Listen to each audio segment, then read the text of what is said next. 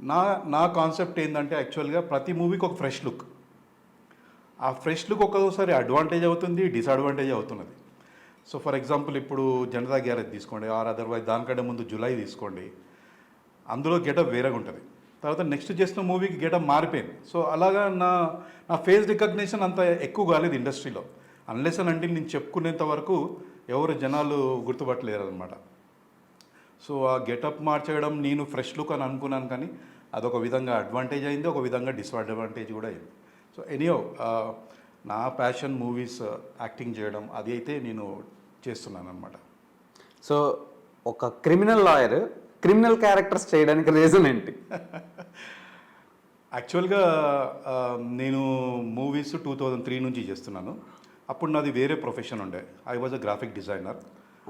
నాది own designing studio ఉండే. I was in to printing, static designing and everything. ఆ business saturation అయిపోయింది. ప్యారలల్గా నేను మూవీస్ కూడా చేస్తున్నాను అనమాట. సో బ్యాలెన్స్ చేసుకుంటే వెళ్ళినప్పుడు సినిమాలు నేను బతకడానికి ఫుడ్ బ్రెడ్ కోసం రాలేదు. అది నా ఫ్యాషన్, నా లవ్, నా ప్రేమ సినిమాలంటే. యాక్టింగ్ అంటే నాకు చాలా ఇష్టం చిన్నప్పటి నుంచి. సో ఆ బిజినెస్ సినిమాలు బ్యాలెన్స్ చేసుకుంటూ వస్తూ ఒకానొక టైంలో ఆ బిజినెస్ సాచురేషన్ పాయింట్కి వచ్చేసింది. నాకు ఇన్కమ్ తగ్గిపోయింది కంప్లీట్గా. ఇక్కడ సినిమాలలో కూడా మనము ఎందుకంటే బతకనికి రాలేదు కాబట్టి, ప్యాషన్ కోసం వచ్చినాం కాబట్టి మనం అక్కడ ఎక్కువ అమౌంట్ మనీ కానీ ఎక్స్పెక్ట్ చేయకూడదు. నేను చేయలేదు కూడా. సో అది సరిపోగా నేనేం చేశానంటే ఐ వాంట్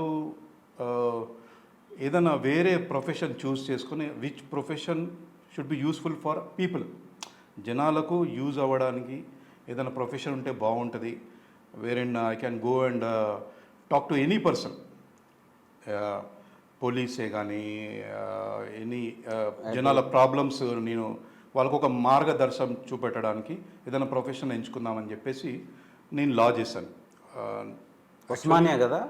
ఉస్మానియా యూనివర్సిటీ. నేను చేసింది Pendekanti law college. Affiliated to Osmania university. So యాక్చువల్గా నా వైఫ్ జాయిన్ అయింది. సో తనకు కూడా కొంచెం సపోర్ట్గా ఉందామని నేను కూడా జాయిన్ అయ్యాను అనమాట. సో ఆ టైంలో నేను భీమిలి కబడ్డీ జట్టు సినిమా చేస్తుండే.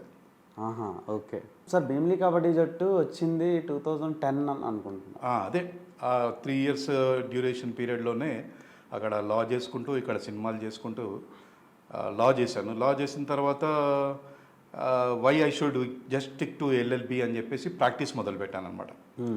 సో మా ఇంటికి దగ్గరనే ఒక మంచి సీనియర్ లాయర్ ఉండే, దిలీప్ కుమార్ జైస్వాల్ అని. Extraordinary person and extraordinary knowledge in law, criminal side. So నా ఇంటికి దగ్గర అవుతుంది and I can learn a lot అని చెప్పేసి ఆయన దగ్గర జాయిన్ అయినాను. Is purely into criminal law.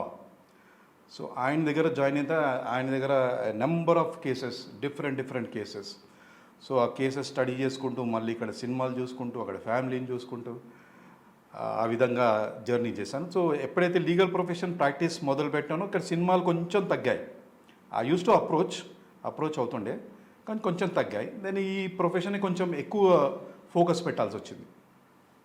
So అక్కడ కొంచెం గ్యాప్ వచ్చింది, ఒక 1-2 years గ్యాప్ వచ్చింది నాకు.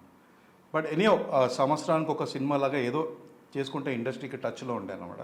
మరి దూకుడు ఎప్పుడు సెట్ అయింది? దూకుడు ఎంట్రీ షాట్ మీతోనే ఉంటుంది. ఎంట్రీ షాట్ నాతో ఉంటుంది. యాక్చువల్గా దూకుడు కంటే ముందు మిరపకాయ చేశాను నేను, హరీష్ శంకర్ గారిది. దానికంటే ముందు సారాయి వీరాజ్ చేశాను. సారాయి వీరాజ్ అజయ్ హీరో, నేను అందులో సెకండ్ విలన్ అనమాట.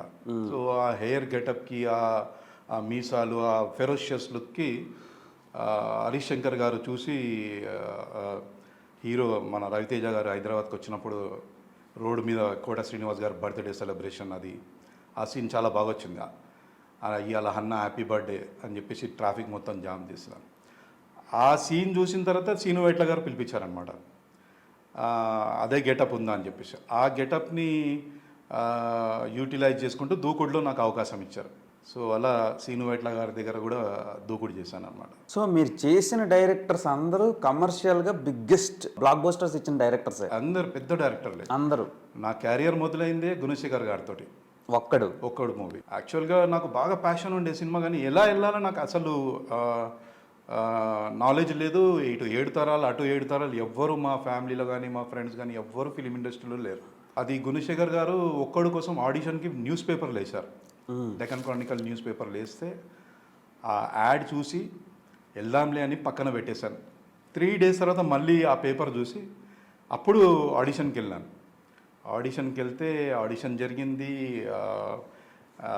ఆల్మోస్ట్ ఒక 500 మంది వరకు వచ్చారు ఆ కాలంలో 2003లో. ఆ 500 మెంబర్స్లకించి ఒక 2 గ్యాంగ్స్ని ఫిల్టర్ చేసి గుణశేఖర్ గారు ఆ స్కిట్లు ఇచ్చి అది చేయించి ఆఫ్టర్ 3 months షూటింగ్ స్టార్ట్ అయింది గుణశేఖర్ గారితో.